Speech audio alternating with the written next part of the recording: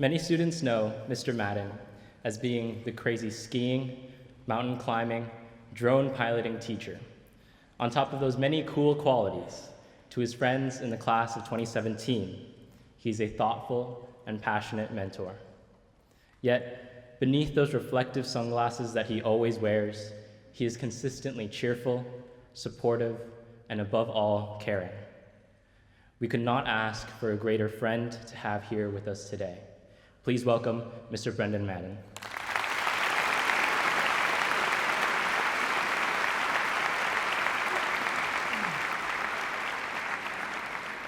So you can make some eye contact with a couple of you to start off. Yeah, you, okay, you're over there. Okay, good. Okay, not you, no, oh yeah, you, okay. Minasan, konnichiwa. Watashi no name wa Brendan Madden desu. American School de 5年間を生物と物理教えていました。卒業式にようこそ。That was pretty good. That was pretty good. Good afternoon. My name is Mr. Madden, science teacher. Boy, here we go. Welcome, colleagues, friends, parents, and congratulations to the class of 2017. Although this isn't your first congratulations. Thus far, we've had Senior Sandwich Day, Senior Ice Cream Social, Senior Halloween Party, Senior Christmas Treats, Senior Chili and Soup Lunch, Senior Valentine's Day Treats, Senior St. Patty's Barbecue, Senior No Pants Photo Day, Senior Sakura Lunch, Senior Banquet, Senior Hangover Breakfast,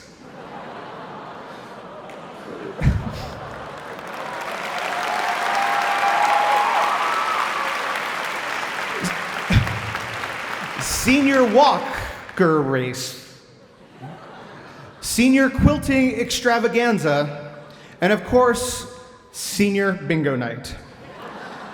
And now this graduation, which of course would not have been made possible without your parents. In fact, without their hard work, perseverance, insight, and risk-taking, they wouldn't be here and you wouldn't either. And then I'd be stuck speaking to an empty auditorium, which would have sucked. So give a round of applause to the parents, please.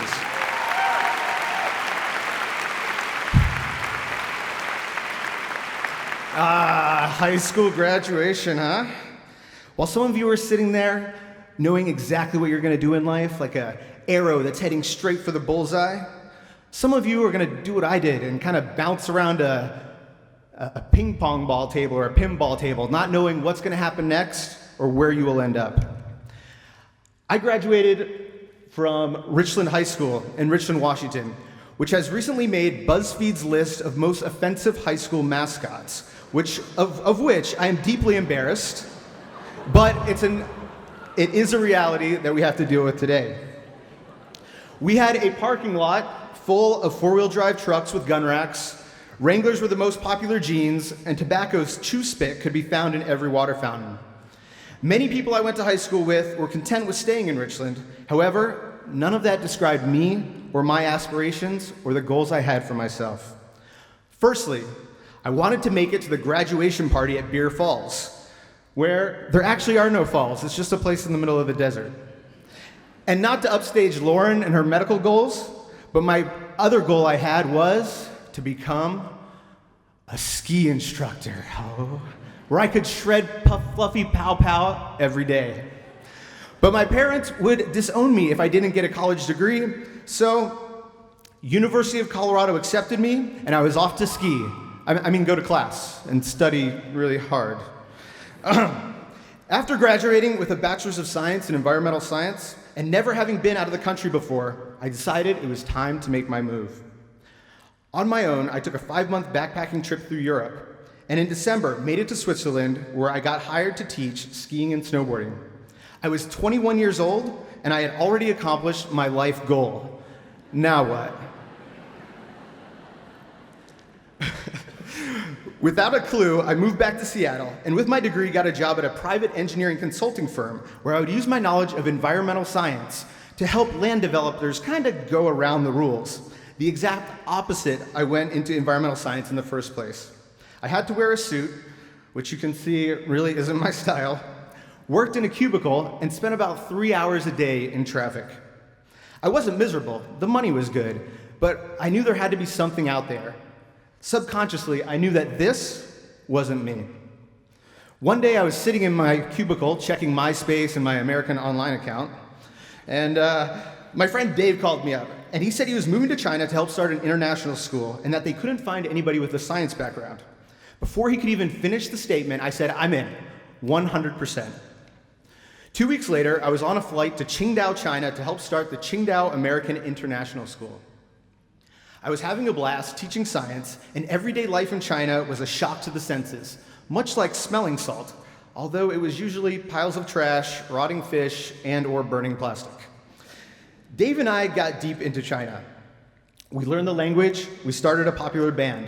We were the best men at weddings and ate anything they put in front of us. And actually, I don't mind a good scorpion every now and then.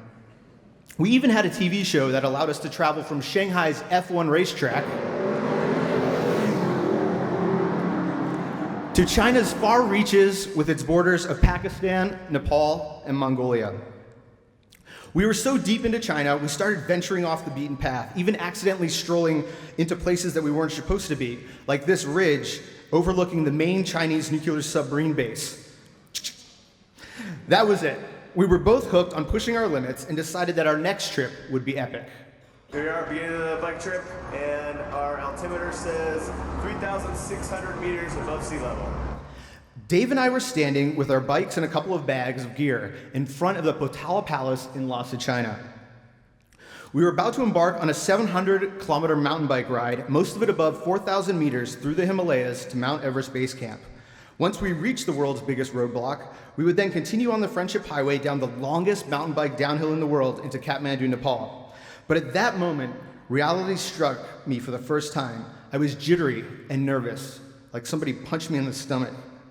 This was a serious challenge. Perhaps I set my goals too high. But we were committed and started to ride. We kept finding ourselves in situations that at the time were uncomfortable, nerve-wracking, several times frightening, especially when we tried to test international borders and attempted to ski from a snow-capped volcano in China into North Korea. I started to notice that these experiences, the coldest nights, the longest hikes, and even challenging political mindsets were addicting to see how I could adapt and thrive in extreme situations. With each goal I accomplished, my confidence grew, and I fell in love with traveling outside of my comfort zone. In 2010, Dave and I were planning our next adventure. We were looking at countries that were risky politically. We felt that if we could go to one of these countries, considered an enemy of America, and show that it wasn't as dangerous as the media portrays, we could challenge our own prejudices and possibly those of others. Being American, of course, the Middle East came to mind. We noticed on a map of Iraq, there was a little spot of white in the top corner. Is that snow? Could you ski there? With skis and camera in hand, we went to find out. First time for these guys putting skis on a taxi. Let's hope it's not the last. I think this is the craziest road I've ever been on. What do you think? Crazy? It's so scary. Oh man, it is so scary. We said we wanted to hike this ridge right here, but they said we couldn't because there's... We were warned that there still may be landmines up in the hills left over from the Iran-Iraq war. We're not quite on the top of a peak right now, but I can't believe it. I can't believe it, man. We've done some stupid stuff in order to get here. Come on, guys, ski your act. Now, looking back on that clip, I think I'm wrong. The things we did to get there weren't stupid at all. They were risky but calculated, planned and executed with our vision.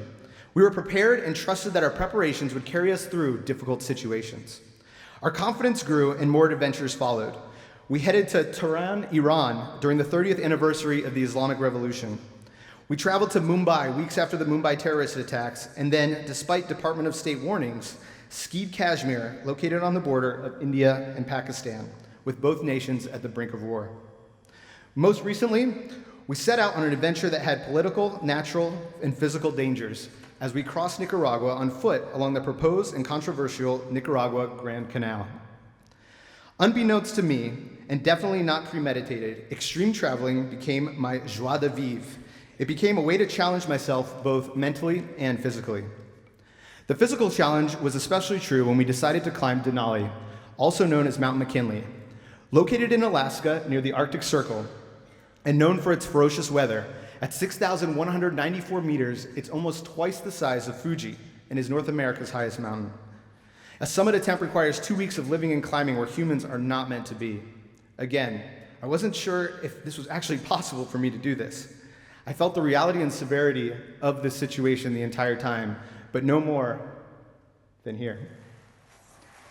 This is a shot of us after 8 hours of climbing, arriving at high camp, 5,200 meters above sea level, around 11 p.m. The temperature was plummeting well below zero. It may be difficult to realize while you watch the scene, but we were panicking. Every second we were outside, we were a step closer to frostbite and hypothermia. We were on the verge of being too cold to put the tent together at all, and that would be disastrous. But the cold and near-distress situation only instigated my mountaineering curiosity. Kilimanjaro, the highest mountain in Africa. Elbrus, the highest mountain in Europe. Aconcagua, the highest mountain in South America. Through the 7 levels of the candy cane forest. Through all these adventures, the physical and mental ups and downs, I have become wise. Beyond my years? Probably not. But it's this wisdom I would like to share with you today. Number 1, enjoy the moment. Whether you are on a broke-down 18-hour, dusty, loud, crowded bus ride with a seat next to the taped-up cardboard window across the African plains, or what seems like an 18-hour ride to the Narita airport, enjoy that moment. Whether you like it or not, these are the moments of your life. They make you you, and they are very limited. High difficulty is high reward. This applies to whether you're talking about going to the gym, studying for an exam, or traveling. The harder a situation is mentally and physically, the more accomplished you will feel after. The hard road is the easy road. Prioritize your goals. Don't settle for anything less than what you want to be, whatever that picture in your head might be. And it is completely fine if that picture changes, and it will. As you go through life, don't be afraid to reinvent your goals and redefine yourself. But do what it takes to be that person you want to be. You'll have to make the sacrifices, make the hard decisions, enjoy the struggle. Until you have reached your goals, do not stop, do not settle.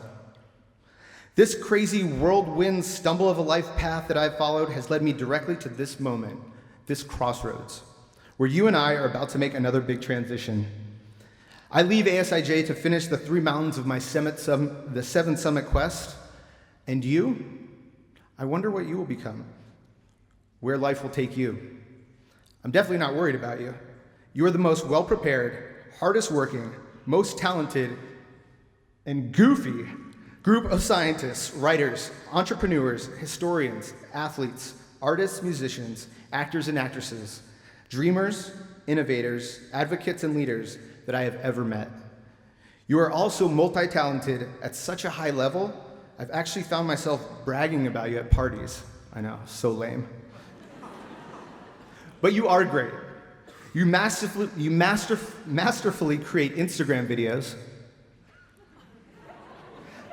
scrutinize prom dresses with meticulous detail for days on end, are connoisseurs of the dab, Snapchat stories Shakespeare would be proud of, and bottle flip with devout concentration.